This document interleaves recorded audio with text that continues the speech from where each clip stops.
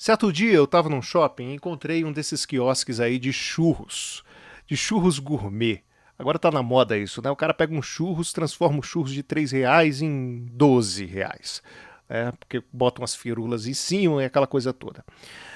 Enfim, eu cheguei lá no quiosque, pedi um churros e fui atendido, beleza, a moça me entregou os churros. E eu estava aguardando o outro churros, que era um churros mais elaborado, da minha esposa. E fiquei por ali. Meu filho estava mexendo, andando para um lado para o outro. O moleque, quando começa a andar, sabe como é que é, né? Você fica atrás o tempo todo. E aí eu apareci de novo na frente da atendente e ela disse o seguinte: Olá, senhor, em que posso ajudar? Eu pensei assim, ué, mas eu comecei a rir. Eu falei, eu acabei de ser atendido por você. E ela começou a olhar para minha cara assim, meio que duvidando até na hora. Ai, mesmo! Desculpe, senhor. Olha que interessante com essa historinha. Ela olhou para mim quando eu fui atendido pela primeira vez, assim, poucos minutos antes dela perguntar em que eu posso ajudar, como se ela nunca tivesse me visto. Eu me lembro muito bem que ela olhou para mim. Ela olhou para mim e sorriu.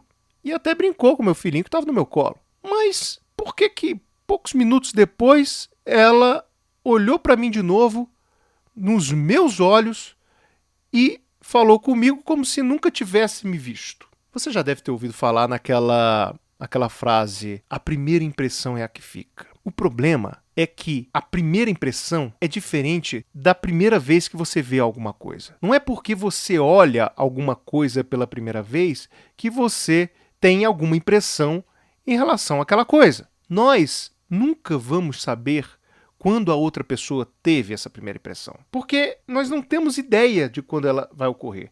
No caso dessa história, a primeira impressão da moça que estava atendendo não foi quando ela falou comigo pela primeira vez e olhou na minha cara. A primeira impressão que ela teve foi na segunda vez que eu disse para ela: olha, você acabou de falar comigo. Tá vendo que interessante? Foi naquele momento que ela olhou para minha cara de fato e percebeu quem eu era, a minha voz, os meus olhos, e gravou aquele momento e teve uma reação e sorriu e deu risada. Então a gente pode dividir esse momento em dois momentos: o primeiro contato e a primeira impressão. O primeiro contato que a pessoa vai ter com a sua marca ou com você não quer dizer que ela vai ter a primeira impressão com a sua marca ou com o seu serviço ou com a sua pessoa. Isso quer dizer, sabe o quê? Que a primeira impressão não é você que faz. A primeira impressão ocorre dentro da cabeça da pessoa. Por exemplo, você vai, monta uma loja, coloca aquele letreiro bonito, faz um logotipo, gasta um dinheirão para fazer um logotipo fantástico,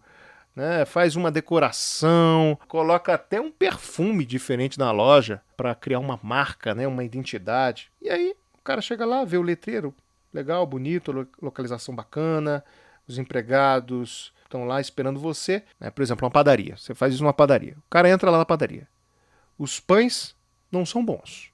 Não tem aquele belo pão doce, né? Aquele pão doce bonito, cheio de glacê, de frutas cristalizadas, aquela coisa diferenciada, né? O cara vê a padaria, acha lindíssima. Poxa, só deve ter coisa boa aí dentro. Chega lá, só tem um pão de queijo e pão francês. E além disso, os empregados não são lá um exemplo de simpatia. Então, existe um problema aí. Existe um problema de coerência. Você, no seu logotipo, está contando uma história. Você, na sua decoração, está contando uma história que tem a ver com o logotipo. Ou seja, está tudo muito bonito, dando a impressão de sofisticação, de uma padaria que oferece produtos diferenciados, mas o cliente chega lá, não encontra o atendimento diferenciado. E qual vai ser a impressão que ela vai ter dentro da cabeça dela? Poxa, falta uma coerência aí, tem alguma coisa errada. Ele está me mostrando um logotipo que me remete a tal coisa. Ele está me mostrando uma decoração que me remete a determinado sentimento. E aí, quando eu entro lá dentro, os empregados não me passam isso, os produtos não me passam isso, então existe um problema. Por isso a importância de você ser autêntico. Por isso que eu digo sempre que é mais importante você ser você. O conteúdo é muito mais importante do que a plástica. Por exemplo, se você vê um vídeo meu, você vê lá que tem uma qualidade assim assado de luz e tal, mas é porque eu gosto. Eu vim da publicidade, da criação. Mas não é aquilo ali que vai fazer aquele vídeo um sucesso. Não é.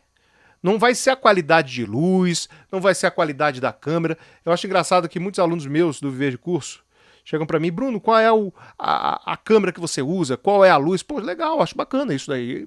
Né? E tem muita gente que gosta de tecnologia e quer logo saber qual é a câmera e qual a luz e tal. Mas não é isso, cara. Não é isso que vai fazer do seu trabalho um sucesso. O que vai fazer do seu trabalho sucesso é o conteúdo que você vai passar e a sua autenticidade. É mais importante você ser você do que você buscar a plástica. A plástica sozinha não vai fazer de você um sucesso. É claro que, se você consegue mostrar autenticidade na sua forma de falar, coerência no que você está falando e mostrando, ao mesmo tempo você tem uma embalagem bonita, e quando eu digo embalagem é uma boa luz, uma boa câmera, uma boa imagem, uma boa vinheta, se você consegue juntar essas duas coisas, fantástico, maravilhoso. Mas o mais importante mesmo é a autenticidade. É por isso que você tem vários vídeos aí de pessoas que têm milhares de visualizações e às vezes milhões, e são vídeos criados em celular, né, num smartphone, numa câmera às vezes nem tão boa, mas consegue. E às vezes a pessoa, poxa, mas como é que aquele cara consegue? Consegue porque tem conteúdo. Mas Bruno, o cara tá falando um monte de besteira. Mas ele tá falando um monte de besteira para um público que está procurando essas besteiras. Afinal, o mundo não é feito só de conhecimento nerd, CDF, né, de documentário. Imagina, se você ligasse a televisão e você só visse documentários. Às vezes você quer um programa que você não lhe faça pensar. Às vezes você não vai se divertir com documentários da Discovery, 24 horas, só aquele documentário falando sobre isso, sobre aquilo, conhecimento o tempo todo. E às vezes você quer desopilar, você quer ver um Silvio Santos, você quer ver um Big Brother. Big Brother, Bruno?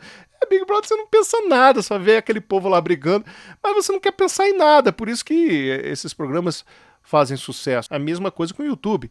Você tem vídeos lá que você quer simplesmente rir. E rir é muito prazeroso e muito barato. É o prazer mais barato que existe. Não depende de ninguém, diferente do sexo, né? Não depende de ninguém. E você ri sozinho. Só basta você e algo que lhe faça rir. E o vídeo realmente acaba sendo a melhor forma, a forma mais rápida de fazer você rir.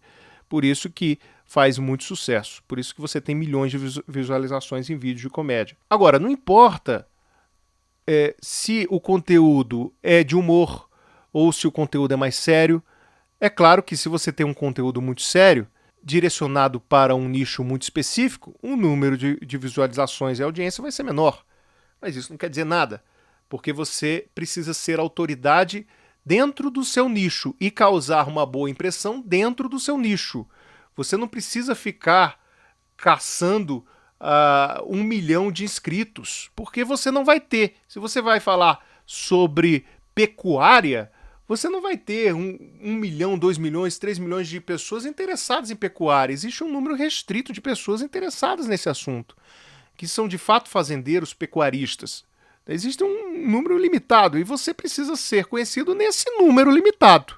E para isso, você precisa causar uma boa impressão. Então, eu vou falar de 6 pontos aqui, tá? 6 pontos.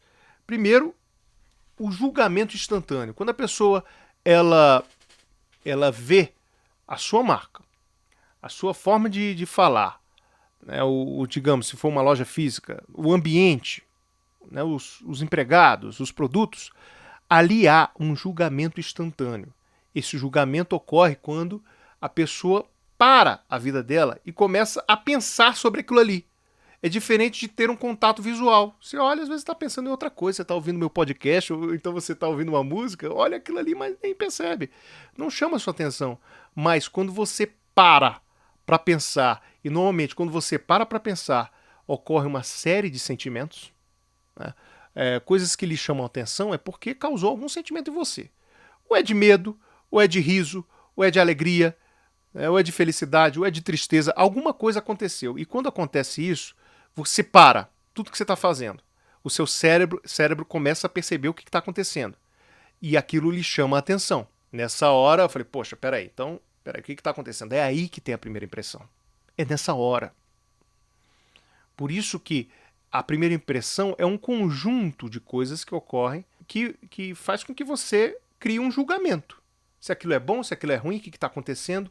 O julgamento instantâneo que ocorre dentro da cabeça do cliente e que você não tem noção de quando é que isso vai acontecer.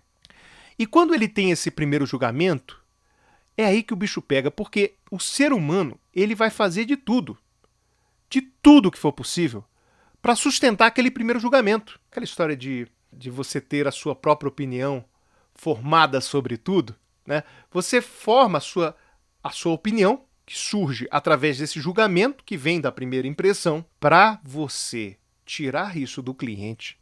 Aí, meu amigo, é complicado. Ele vai fazer de tudo para dizer, não, isso aqui é desse jeito, porque a impressão que eu tive é isso, é essa daqui e é assim. E pronto, acabou. Por isso que você conseguir ser autêntico e ser coerente nessa primeira impressão é tão importante. Um dos modos das pessoas sustentarem esse julgamento é contando para outras. É a história da primeira impressão é a que fica, né? A primeira impressão é a que fica, a impressão e não o contato visual, e ela começa a falar isso para outras pessoas. Não, eu não gostei de determinada loja, eu não gostei de determinada pessoa, porque ele falou muito isso ou aquilo e eu não gostei. E aí a pessoa acredita que, pronto, depois daquilo ali, todos os vídeos daquela pessoa ou todos os cursos daquela pessoa é daquele jeito. Porque foi aquela primeira impressão e ela vai começar a falar isso para todas as outras pessoas. Para que as pessoas acreditem nelas, porque o ser humano tem um prazer enorme em serem vistas como o dono de uma verdade. É por isso que tem tanta briga em religião, em futebol, porque a pessoa, a partir do momento que escolhe uma coisa, ela deseja com que as outras pessoas vejam aquela escolha da pessoa como uma verdade. Aquilo ali é uma verdade. Ó, o que eu acredito é a verdade. Então você tem que acreditar em mim também, nas minhas escolhas, porque as escolhas que eu faço são as melhores do mundo. Você sempre vai acreditar que as suas escolhas são as melhores. As dos outros não são boas, só são as suas. E se a pessoa escolhe o que você escolheu, ali cria-se uma empatia, né? Você fala, poxa, legal, a pessoa tá... você passa a ver a outra pessoa como uma pessoa que se colocou como você também, então aquela pessoa é legal. Enfim, cria-se ali uma simpatia, né? Uma empatia ou uma simpatia, né? A outra coisa é que vai ser impossível você saber qual vai ser o estímulo que você vai gerar na primeira impressão que importa realmente para a pessoa. Por quê? Porque a visão de mundo de cada pessoa é diferente da sua e de todas as outras. Porque a visão de mundo de uma pessoa vai depender da criação que ela teve, da história de vida dela, das experiências que ela teve. Então a forma dela enxergar um copo, por exemplo, é diferente da sua. A experiência que ela tem, por exemplo, com um hotel, você entra lá no TripAdvisor, por exemplo, você vê pessoas elogiando e ao mesmo tempo pessoas xingando. Por quê? Porque isso vai depender do histórico daquela pessoa, das experiências que ela viveu, do ponto de vista que ela tem. Se a pessoa, por exemplo, se hospedar no Ibis, o Ibis é uma rede de hotel famosa, ela vai se hospedar no Ibis. Qual é a característica do Ibis? O Ibis é um hotel simples. A cama é uma cama simples, o mobiliário é simples. Só que esse simples depende do ponto de vista. Se você é uma pessoa que sempre se hospedou em hostel, em albergues, você se hospedar no Ibis, meu amigo, é como se você estivesse se hospedando num hotel de luxo. Eu acho engraçado que eu tinha uma amiga que ela falava assim, ela falou assim, nossa, aí eu me hospedei no Ibis, como se fosse uma coisa assim, meu Deus, que fantástico, um hotel luxuosíssimo. Mas quando você começa a frequentar hotéis, você vai começar a perceber que, na verdade, o Ibis é um hotel que visa o custo-benefício. Ou seja, ele tem um padrão, ele repete esse padrão em toda a rede e assim mata aquela objeção de que, poxa, será que esse hotel é limpo? Será que esse hotel é bom? Será que esse hotel tem qualidade? Se você já conhece um hotel do Ibis, isso quer dizer que você vai conhecer todos os outros, porque o padrão é o mesmo. Então você acaba se hospedando no Ibis sem medo de ser feliz, porque você sabe o que você vai encontrar lá. Agora, você vai encontrar uma cadeira ok, uma cama ok. Agora, se o seu ponto de vista é um Marriott, é um Grand Hyatt, você nem sabe a pronúncia é essa, Hyatt. Enfim, grandes hotéis, né? Você vai para São Paulo, você se hospeda no Fazano. Aí, de repente, eu falei, poxa, eu tô no Ibis. Caraca, que terrível, eu estou no Ibis. E ele vai achar uma coisa horrorosa. Essa impressão que a pessoa tem depende das experiências, até mesmo da cultura dela. Às vezes o europeu tem um tipo de hotel diferente do que é encontrado no Brasil. O café da manhã é diferente. E aí ele vai ter uma impressão diferente também. E essa impressão, então, você nunca vai saber qual vai ser exatamente a impressão que a pessoa vai ter. Nunca. E aí vamos para o último. A única forma de você atingir essas pessoas e conseguir pelo menos uma boa impressão é se você ou sua empresa contar uma história autêntica, você ser autêntico, contar uma história que você deseja que aquela pessoa conte para as outras pessoas e que essa história seja verdadeira, seja você, seja autêntico, seja coerente com tudo que você coloca na internet ou nos vídeos ou no seu site. Tudo que você mostra tem que ter uma coerência. Então, quando eu coloco a cara no vídeo, eu não vou imitar ninguém. Eu não vou criar um texto padrão. Eu posso seguir técnicas, eu posso seguir fórmulas, posso. Mas eu tenho que seguir com a minha autenticidade. Eu tenho que falar do meu jeito, com as minhas gaguejadas. Às vezes sou prolixo mesmo e eu sou desse jeito. Mas eu tenho que mostrar que eu sou uma pessoa autêntica. Que eu sou isso aqui que eu sou. Agora, vai ter gente que vai gostar de mim? Vai. Vai ter gente que não vai gostar de mim? Vai também. Se nem Jesus agradou todo mundo, por que você vai agradar? Agora, você tem que agradar o seu público. E para você agradar o seu público, você tem que falar o que o seu público pensa também. Porque você tem que atrair aquelas pessoas que pensam da sua forma, que pensam do seu jeito. Você não tem que atrair pessoas que não pensam da mesma forma que você ou não acreditam nas mesmas coisas que você. Essas pessoas não interessam. Você tem que buscar saber qual é o seu nicho e você precisa encontrar esse nicho que pensa da mesma forma que você, que deseja as mesmas coisas que você também deseja, os mesmos objetivos e que pensa e que vê o mundo da mesma forma que você vê. É esse nicho que você tem que atingir. Eu sei que existe um público que pensa da mesma forma que eu penso e por isso que está aqui me ouvindo. E quando ela chega e me ouve e pensa, pô, é mesmo, pô, é legal, o Bruno tá falando isso aí, eu também acredito.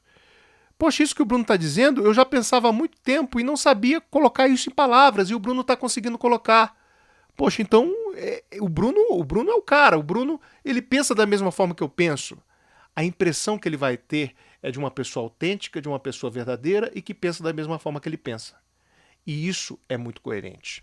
Então, não interessa. É claro que se você tem dinheiro para gastar com logotipo, com vinheta, com tudo, legal, tudo bem. Mas o ponto de contato não é um só, são vários pontos. É a forma como você fala, é a forma como você se coloca, são as suas ideias, o seu ponto de vista, as suas referências.